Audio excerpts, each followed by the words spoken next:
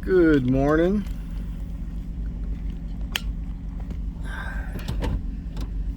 I've been back from my last road trip for a week, over a week, I don't even know.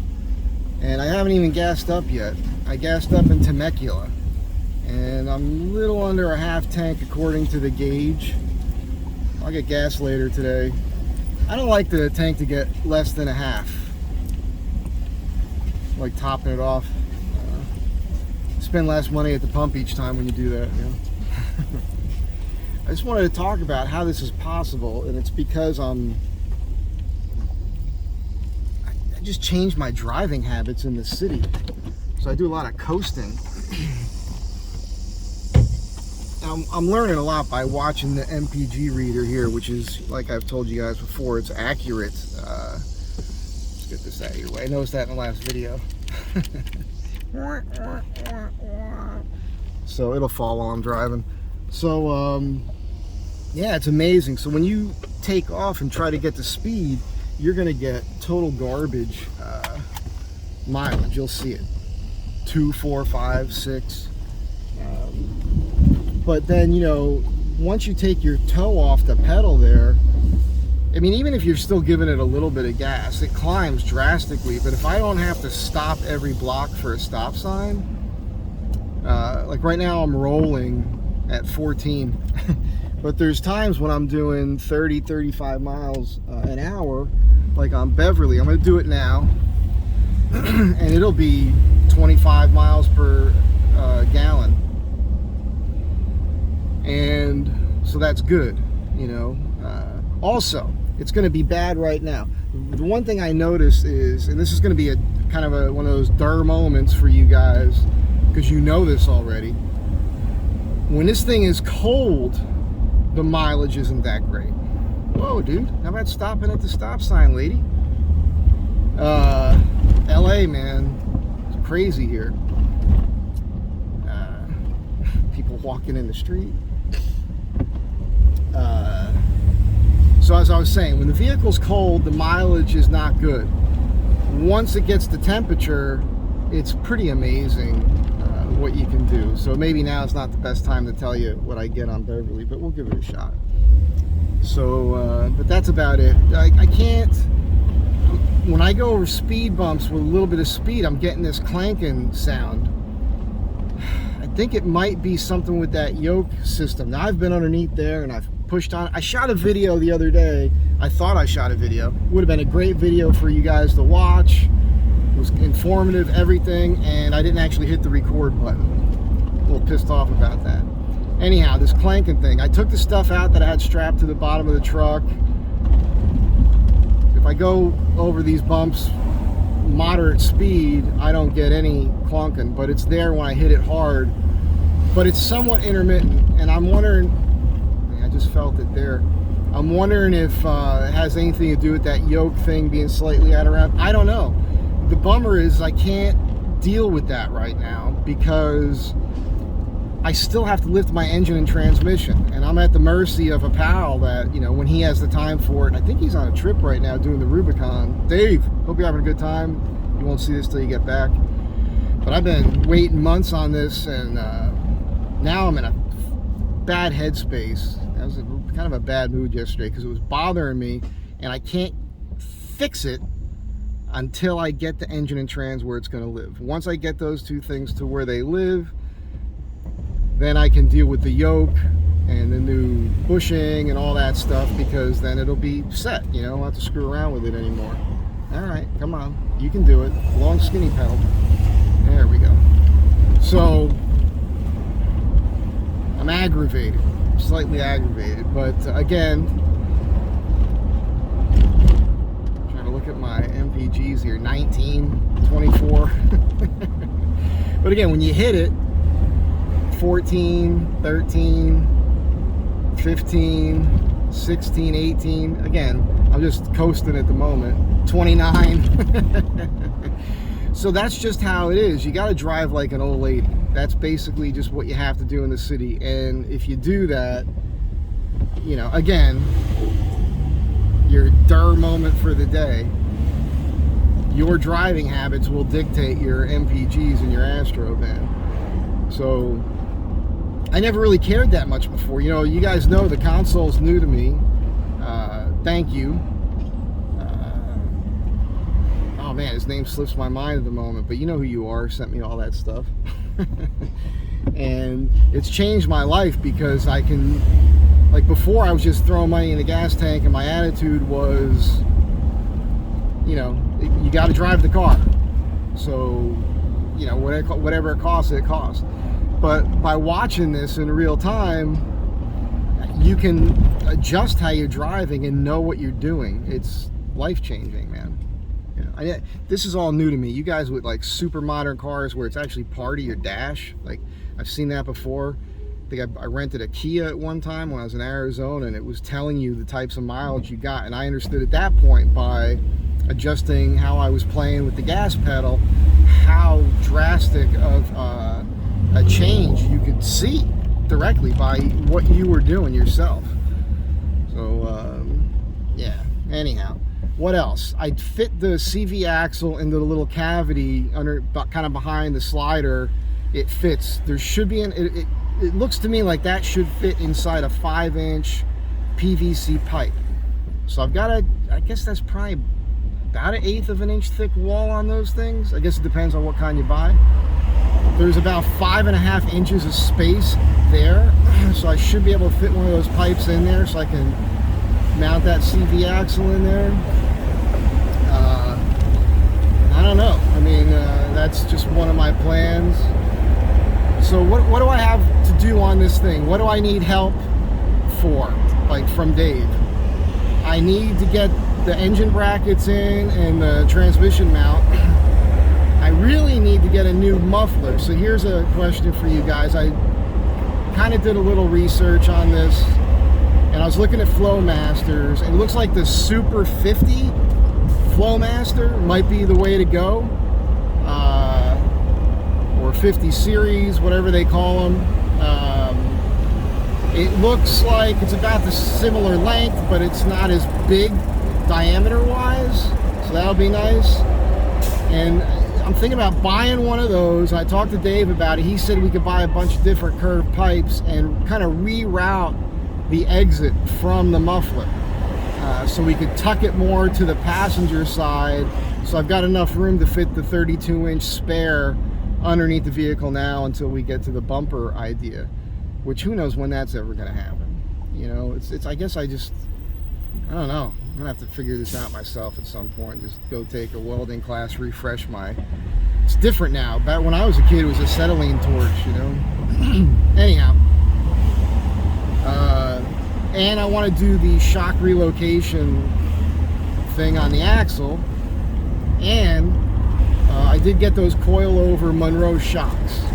I don't want to even put those on until after I get the relocation kit done, so that I can adjust things at that point, you know. So I'm in a little bit of a standstill, and it makes me unhappy, but that's just how it is. You know, it's got to be worse for those of you out there that can't do anything, or don't have the tools to do anything, or not confident. As you guys know, I do a lot of my own work when I can, and normally because I don't feel like spending the money on it. So yeah, there's a little clack back there when I go off. I don't know what's going on, but it's bothering me. Anyhow, a little chat on the way to the shop. So you just saw that my commute when I drive. Not much to it. Oh, I forgot to look at the mileage. You know, today wasn't good anyhow. There's too much traffic on the road. But I'll do that for you at some point. Here's a guy speeding down the road. It's pretty crazy how people drive. I mean, they do it everywhere. That guy didn't even stop at a stop sign. There's a Land Rover place that opened down here on the corner. And so I got these Land Rovers shooting down the street, and man, they are just, I mean, they're like Prius drivers, right? Or BMW drivers. The worst drivers out here. Our worst drivers are Prius drivers, Jewish ladies in minivans in this area. And I'm not picking on people because they're Jewish, just, you know what they are. But it's just they don't give up. They don't care who you are or what you're doing. They're just going to pull out in front of you, make a K-turn, do whatever they want to do, and they'll look right at you. No wave or nothing. Very strange. And I don't want to pick on my Asian friends, but I've dated a few Asian girlfriends. It's always funny when you prove to them that their peripheral vision doesn't work as well. Jeannie, are you watching this? And my old girlfriend Jeannie, she's a great gal. We're still friends. I had her at the apartment one day, and she was like, "That's not true. That's not true." I said, "Okay, look straight ahead. Tell me when you can see me, when you can see my hand." So when I can see my hand right here. I'm looking straight ahead. Boom, I got it. I can see my fingers wiggling, everything. Just out of my peripheral vision, I know there's something there. With her, I had to be like out here. So we still laugh about that. Anyhow, crazy drivers here. That's what's happening. This is just a little hi. I'm on my way to the shop. And what's going on with the van? Because if I don't post enough, I start getting notes from people like, what's going on? Did something happen? I have some work. It's a weird situation right now with this client where I'm not putting in like full days. I can only be there at a certain times. Parking's an issue. I'm waiting on a plumber to get her part done so I can get underneath the house, put those beams in. Meantime, right now I just finished milling up some wood yesterday. I gotta like shape those parts, pre-prime them, and then get them over there. Hopefully I'll get on that today. And in the meantime, yeah, I'm just a little demoralized with the van, but I'm happy the gearing's working. It's just, it's not, you know, if it ain't broke, don't fix it, is my advice on this, right? So if you can put if you do a lift and you put 30-inch tires on your Astro van and you're running your stock 342 gears, I would say stick with that, right? You don't have to do what I did. I think, you know, I'm on the fence on this whole thing. Like, am I just stupid for doing it? It was a lot of money. It's cool. Rolling on 32s over things. It's a much better, more comfortable drive in the city. Love that. And now that I'm kind of learning how to drive it, which I know sounds dumb to some people, but now that it's pretty much down, my miles are pretty much on. When I drove from, I guess, Temecula to Yuma or Gila Bend. I think I bypassed Yuma on the way out. I think I drove straight to Gila Bend. You know, what maps told me for miles versus what I had on there was 3 miles of difference. I think that that's pretty accurate probably, because I didn't give it a specific location, I don't think, for my stop in Gila Bend at the time. So it could have been within 3 miles. So I know that my odometer's way better. And even though in the city, it's pretty close. And like you guys know, once I start going faster, it's off about 3-4 miles per hour. Where I'm actually doing slower. Before I was going faster with the 30-inch tires. So that's better. This has always been on. So now it's just one of those things. It's a constant thought process. And I'm getting to the point now where I watch this less and less because now I just know what's going on. So yeah, but there's something not 100% right. Yesterday, it was a lot of stop and go yesterday. I drove the van to here, to the client's house, to home, to do some errands, to here, to the client's house. A lot of stop and go, a lot of city driving yesterday, and at lower RPM, at shorter speeds, I could hear a little bit of that drone thing going on. So it's that, you know, thing. People say that it's spinning faster with the 410 gears, but I was thinking about that. Makes sense. But then again, the tires are larger now. And the tires are actually rotating slower than they were before. So I wonder if the larger tire somewhat offsets a higher spinning rate on the drive shaft. Something to think about. But something's going on there. And again, I can't go and get anything done with it until I get the engine and the transmission up and living where they're going to live. And it bothers me because I just want to freaking get it done already so I can, you know, get to the next thing. I just like checking things off the list.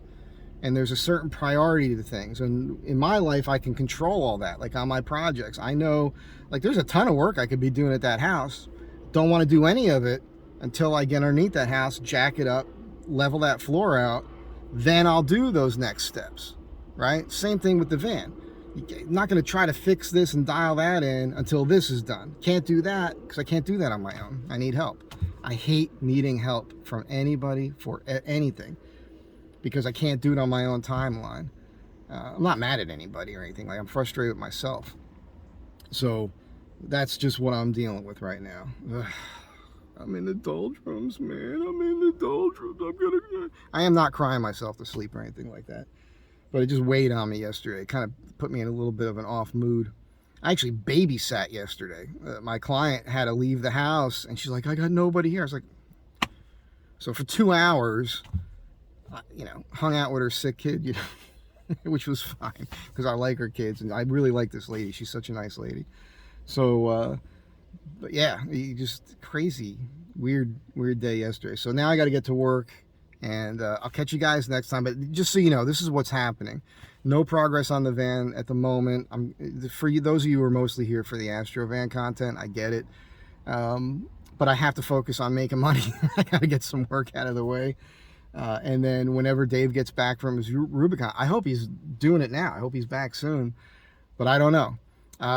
End of the month, I haven't shared this yet. I'm not going to share too much because it might not happen. But there was an offer made to me. George, if you're watching this, I might be taking a ride to Northern California to do a really cool upgrade to the van. But I don't want to do that trip unless after I get my engine and trans sitting right, I get this yoke system sorted, and then take it on some drives around here on the highway so I know I'm mechanically sound. And then I'll do that drive, and that'll be an interesting drive to check MPGs as well. It'll be a bit of a thing. I'm thinking about taking the coast up. I got a friend in Santa Cruz I could see. I got another friend in Northern California, Aaron, bike guy, and then I'd like to go to Willits, California as well. Do a little pilgrimage there, the Prototype Museum, and then go see George, get that thing done, and then come back and then jump right back into work. So stay tuned for that. That'll be good. And I'll catch you guys next time. Again, thanks for being here. Be good to one another. Try to help one another out. And I just had like 3 or 4 more things I want to say, but I'm not going to say them. I'll save them for next time.